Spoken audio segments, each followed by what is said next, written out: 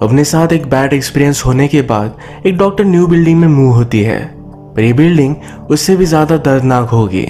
Hello friends, आज मैं आपको द रेजिडेंट ये 2011 की एक थ्रिलर हॉलीवुड मूवी एक्सप्लेन करने वाला हूँ। ये मूवी हमेशा आपको आपके सीट के एज पर रखती है, तो अंत तक इस वीडियो को ज़रूर देखिएगा।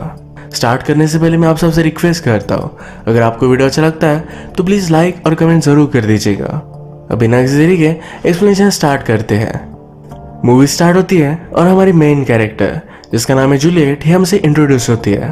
एक डॉक्टर है और हॉस्पिटल की ईआर डिपार्टमेंट में काम करती है। इसका मतलब है कोई भी इमरजेंसी जैसे कि एक्सीडेंट्स वगैरह ये सब उसे ट्रीट करने पड़ते हैं। आज रात घर आकर उसने सोने की कोशिश की पर वो सो नहीं पा रही थी। अभी रिसेंटली उसके साथ कुछ हुआ है जिसके बारे में हमें मूवी में आगे पता चलेगा। अलग अलग अपार्टमेंट्स उसने ढूंढे पर ये न्यूयॉर्क है, यहाँ पर स्पेस की बहुत सारी कमी है और उसके बजट में उसे सही से अपार्टमेंट मिल नहीं रही थी। फाइनली एक जगह से उसे कॉल आया, ये वो देखने के लिए गई। वहाँ हमारा और एक मेन कैरेक्टर जिसका नाम है मैक्स ये रिनोवेशन कर रहा था। एक्चुअली इस पूरी बिल्डिंग का ओनर वही है।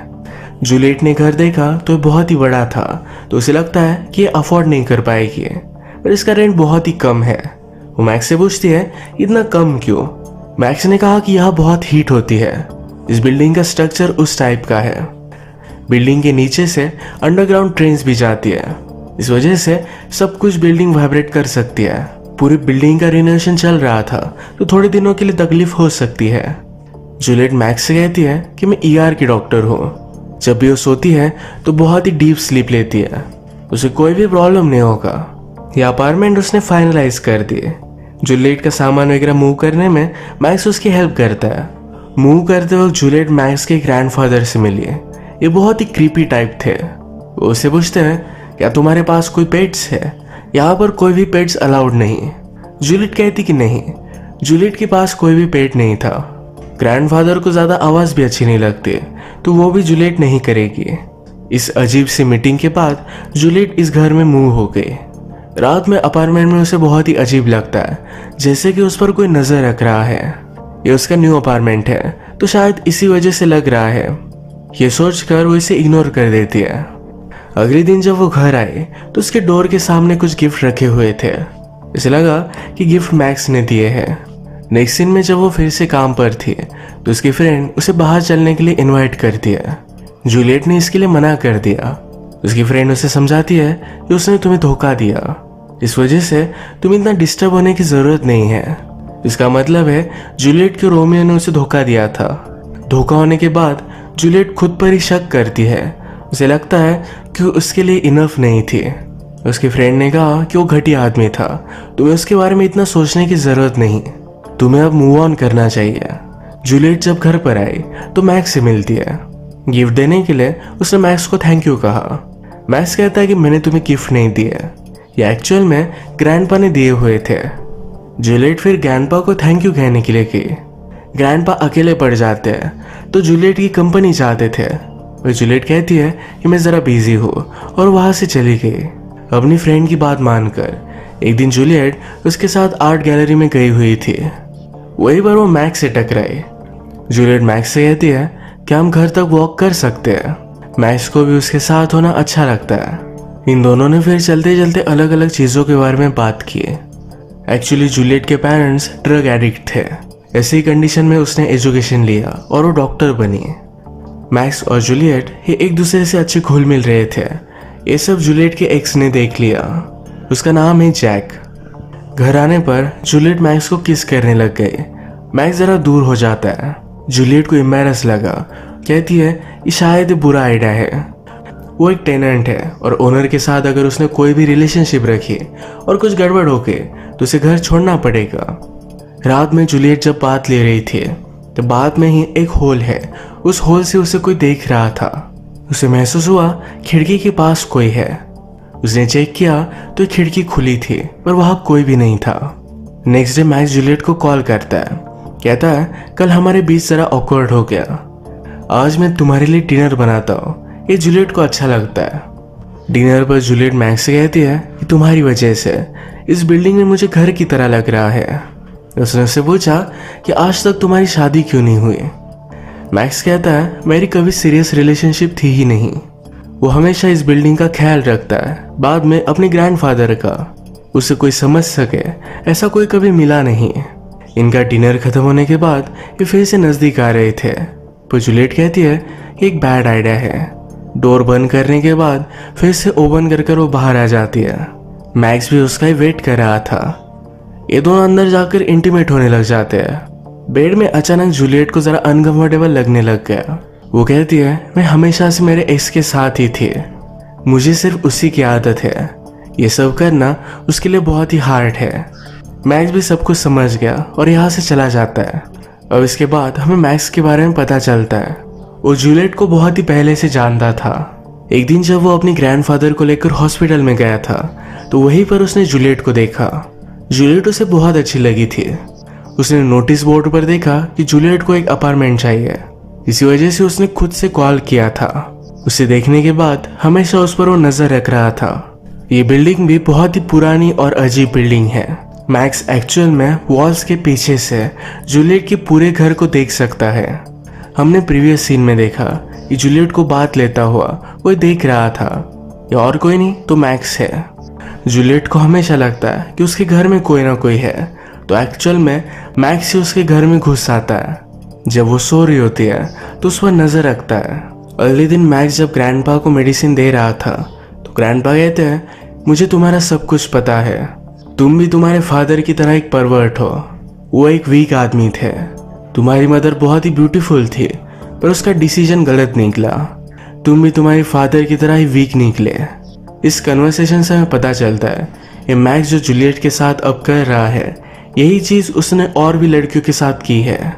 उसके ग्रैंडफादर इसके लिए उसे हेट करते हैं। शायद मैक्स के फादर भी इसी तरीके की चीजें करते थे। मैक्स को इन सब बातों से बहुत तकलीफ होती है। अगले दिन उसने जूलियट का फिर से पीछा किया। वाइन शॉप में उसे टकरा कर प्रिटेंड करता है कि उनका मिलना सिर्फ एक कोइंसिडेंस है। जूलियट मैक्स से कल रात के लिए सॉरी कहती है। उसने कहा कि हमारे बीच रिलेशनशिप होना एक गलत आइडिया है। मैक्स भी उसके सामने मान जाता है पर उसे इतनी आसानी से छोड़ने नहीं वाला। आज रात जब जूलियट सो रही थी तो मैक्स उसके रूम में आकर उसे किस करता है। जूलियट थोड़ी देर में नींद से उठ गई।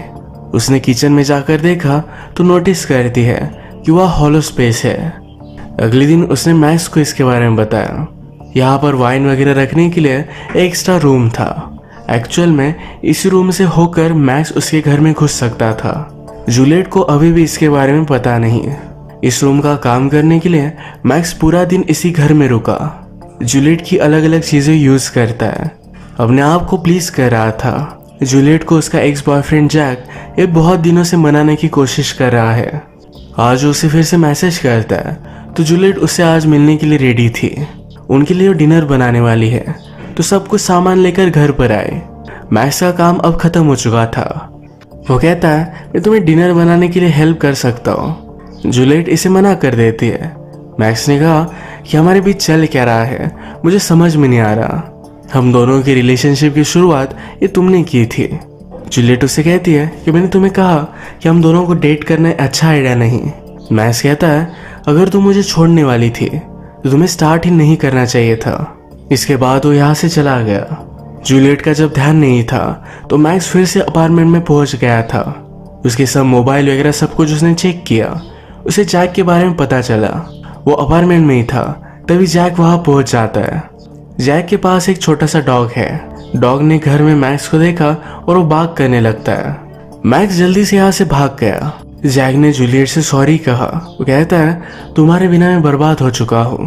वो उसे बहुत ही ज्यादा मिस करता है। जूलियट भी उसे कहती है कि मैं किसी के और के साथ नहीं हो सकती। ये दोनों फिर एक दूसरे के साथ इंटीमेट हो जाते हैं। जैक को मॉर्निंग में जल्दी उठना था तो घर चला गया। जूलियट जरा वाइन लेती है, उसके बाद वो बेहोश होकर सो गई। एक्चुअल में हमेशा से मैक्स जूलियट की वाइन में ड्रग मिलाता है, इसी वजह से वो कभी भी रात में उठती नहीं। उसके पास आकर उस पर नजर रख सकता है, उसके साथ जो चाहे वो कर सकता है। हर रात बेहोश होने की वजह से जूलियट जरा लेट उठती थी। उसकी स्लीप भी कंप्लीट नहीं होती थी तो इस बात से वो डिस्टर्ब हो गई। उसे लगता है कि उसके अपार्टमेंट में कुछ ना कुछ तो गड़बड़ है। उसने फिर अपने पूरे अपार्टमेंट में हिडन सिक्योरिटी कैमरेज लगा दिए। अगर अपार्टमेंट में कुछ भी मूव होता है तो इसे नोटिफिकेशन आएगी। इस कैमरेज में नाइट विजन भी है, यानी कि अंधेरे में भी उसे सब कुछ दिखेगा। इन कैमरेज के बारे में मैक्स को कुछ भी पता नहीं था। मैक्स अपने ग्रैंडफादर का ख्याल रखते हुए तंग आ गया था, तो एक दिन ड्रग का ओवरडोज कर उन्हें वो मार डालता है। जूलियट और जैक ये रेगुलरली एक दूसरे से मिलने लग गए थे, तो ये सब देखकर मैक्स बहुत ही ज़्यादा जेलस हो गया। मैक्स जैक का पीछा करता है, उसने सीढ़ियों से उसे नीचे गिरा दिया। आज रात मैक्स फिर से जूलियट के पास आया, उसके साथ इंटीमेट हो रहा था। तभी जूलियट की आँख खुल जाती है। वो इस बार उसे सिरिंज से ड्रग कर देता है। अगली सुबह जूलियट फिर से लेट हो चुकी थी। उसने बेडरूम में सिरिंज के ऊपर का कवर नोटिस किया। उसे शक आता है। वो अपना ब्लड और यूरिन सैंपल हॉस्पिटल में चेक करने के लिए देती है। यहाँ पर उसे पता चल गया कि उसे कोई ड्रग करता है। जैक आज उसके अपार्टमेंट में जाने वाला था, तो जूलियट उसे कॉल करती है, कहती है कि प्लीज़ वहाँ जाना मत। पर जैक ने इसे पिकअप नहीं किया। वो अपार्टमेंट में सब चीज़ें देख रहा था, तभी उसे एक रास्ता मिल गया। ये वही वे है जहाँ से मैक्स जूलियट के अपार्टमेंट में इंटर होता है। जैक जब ये सब देख रहा था तो मैक्स उसके पीछे ही था। अब इसके बाद क्या हुआ यह हमें आगे पता चलेगा। जूलियट जैक को ढूंढते हुए जल्दी से अपने अपार्टमेंट में आ गई। फिर वो कल रात का सिक्योरिटी फुटेज अपने कंप्यूटर पर चेक करती है। उसने देखा कि मैक्स ने उसका कल रात रेप किया था। वो बहुत ही ज़्यादा डिस्टर्ब हो गई। तभी मैक्स घर में इंटर हो गया। उसके सामने दिखा नहीं सकते कि उसे सब कुछ पता चल गया है। वो सावधान हो गई।